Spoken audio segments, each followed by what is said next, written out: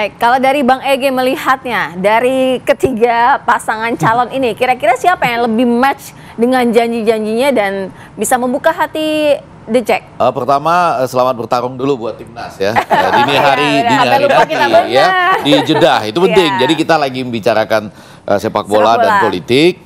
Ya, selamat bertarung buat timnas. Yang kedua, saya harus agak objektif untuk mengatakan di mana-mana dalam hal tertentu saya terpaksa subjektif. Saya anak buahnya dia nih, berarti ya. Karena di Jakarta dulu ada Ferry, sekarang Diki ya. Saya lama membina juga di Menteng Junior, jadi artinya Jack mania, The Jack gitu. Nah, yang ketiga, kabar buruk bagi orang yang ingin datang ke sepak bola terkait dengan catatan-catatan lama di politik itu adalah sepak bola dengan politik itu ketat sekali hubungannya. Kita bisa lihat misalnya Silvio Berlusconi dari AC Milan Monza jadi Perdana Menteri, Joshua jadi presiden di Liberia. Itu hal-hal yang positifnya. Yang agak menyedihkan misalnya presiden Brazil itu Dilma Rousseff itu ada kasus sebelumnya. Lalu dia di Piala Dunia itu dibantai oleh Jerman 1-7. Akhirnya dia dimakzulkan. Orang mengatakan kalau saja waktu itu nggak dibantai 1-7, bisa lain ceritanya gitu ya. Nah, yang saya mau katakan adalah itu sesuatu yang penting untuk dikaitkan dengan track record sebelumnya karena ini menarik. Saya nggak berani aja bilang bahwa sepak bola tuh lebih diutamakan dari istri. Saya takut istri saya nonton ini ya kan. Cuma orang mengatakan bahkan dari agama pun itu seakan-akan sepak bola tuh lebih mengikat. Nggak boleh kita nyatakan demikian, tapi itu dirasakan. Nah, pada bagian lain, kan bisa jadi ya Kang Emil atau Bang Ridwan sekarang. Emil atau Bang Ridwan sekarang, itu mungkin nggak pernah berpikir bahwa suatu saat akan maju di Jakarta. Sehingga pada waktu lagi membina Persib dulu ada salah satu kalimat yang agak penting ya, walaupun sekali lagi saya pernah menyatakan di sini dan itu dikutip di mana-mana tuh yang saya katakan saya suka dengan penampilan Ridwan Kamil itu, tapi pernah mengatakan dia itu bobotoh atau tidak sama sekali.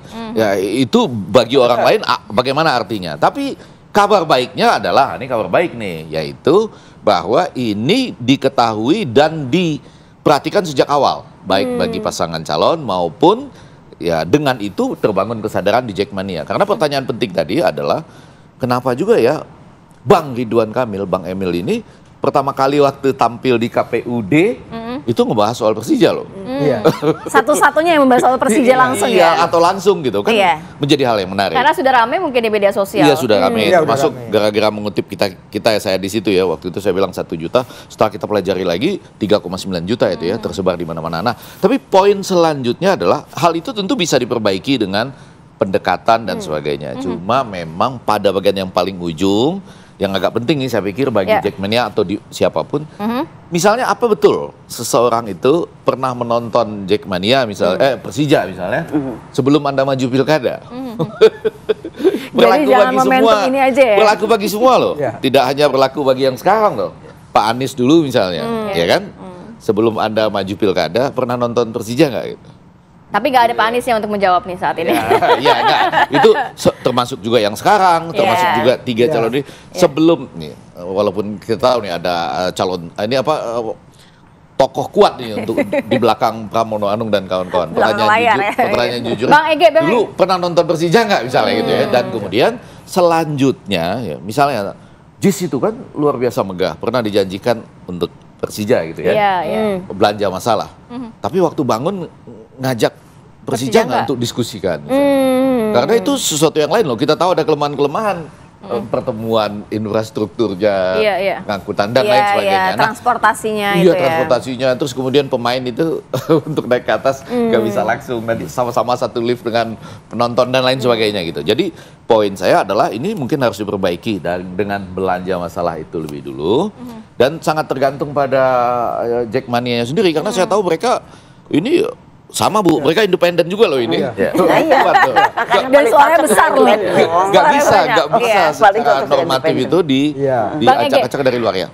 Kalau melihat ini hanya lip service aja atau seperti apa? Pertama, kalau dari Dharma Pengrekon kan menjanjikan untuk gratis. Nggak ada sewa untuk JIS. Kemudian kalau dari Pramono Rano ini kan janjinya adalah nantinya ada home base khusus buat Jackmania. Home base tetap. Kemudian tadi untuk RK sendiri, apakah ini menjadi bumerang untuk RK atau jadi peluang buat dia justru bisa merekonsiliasikan antara Bobotoh dan juga Jackmania, dalam arti hubungannya semakin harmonis lagi nantinya, atau justru menjadi bumerang? Tapi tahan dulu ya. Tahan.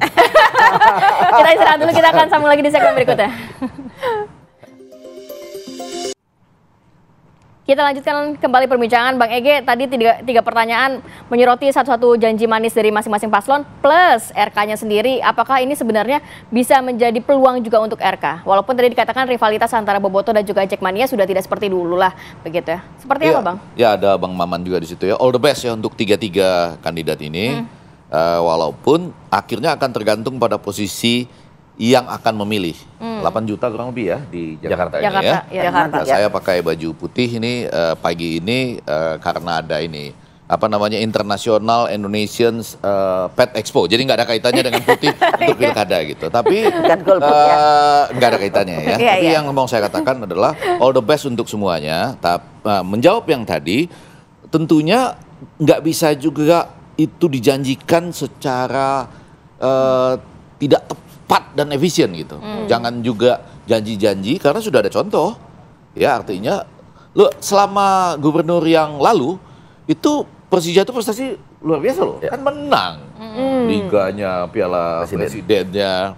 Itu jarang terjadi loh dalam satu dasawarsa. Nggak terjadi lagi tuh ya. Terakhir 2001 dan 2018. Nah coba dari 2001 ke 2018. Artinya prestasi bagus tuh. Cuma kan pada sisi lain kita lihat masih ada sisa masalah, yaitu mana home base-nya. Ya kan? Mainnya di mana sekarang? Tempat buat pelatihan untuk klub sebesar itu bagaimana? Nah, pada bagian yang lain menyambung itu, lagi-lagi ikatan batin dengan sepak bola itu jangan-jangan salah satu yang paling kuat dan belum bisa diambil gitu. Jadi saya untuk Indonesia, ya Persija, begitu Inggris, Liverpool, walaupun dia kalah menang, tapi sekarang lagi hebat nih gitu ya. Terlalu melekat begitu maksudnya? Iya, post-truth. Salah satu contoh post-truth yang bagus gitu. Nah, balik ke pertanyaan tadi, bagusnya ini disampaikan dari awal, atau malah saya suka mancing tuh beberapa kali kesempatan, saya nanya ke moderator nanyakan ke Kang Emil gitu, ke Bang Emil sekarang, tanya, ini Bang Emil sekarang oke, Persija atau masih Persib?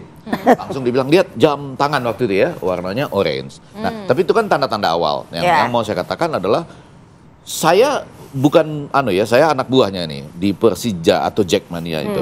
Jadi mereka bersama-sama itu harus diajak untuk membicarakan apa yang paling mendesak nih. Ya, kadang-kadang Persija tuh banyak lucu, Jackmania tuh banyak lucunya. Saya pernah tahu gini, mereka tidak dapat tiket untuk nonton, nggak semua dapat tiket kan? Tapi mereka menyewa itu Metro Mini untuk keliling Jakarta pada waktu Persija tanding. Itu cuma buat festival euforianya. Festivity. Nggak punya tiket buat masuk, saya nggak tahu. Mungkin nggak semua juga bisa masuk kan. Tapi merayakannya dengan keliling Jakarta untuk Persija gitu kan, dengan semua lagu-lagu yang sekarang makin enak itu gitu ya. Jadi maksud saya ada sesuatu yang mendalam, yang bagusnya all the best ya. Itu dari awal diadres, tapi bikin yang benar-benar dari awal itu tahun pertama apa, tahun kedua apa, tahun ketiga apa, tahun lebih konkret begitu ya Bang ya. Iya dong. Baik. Ini kita tahu prestasi lumayan, tapi home base belum ada. Baik. Kita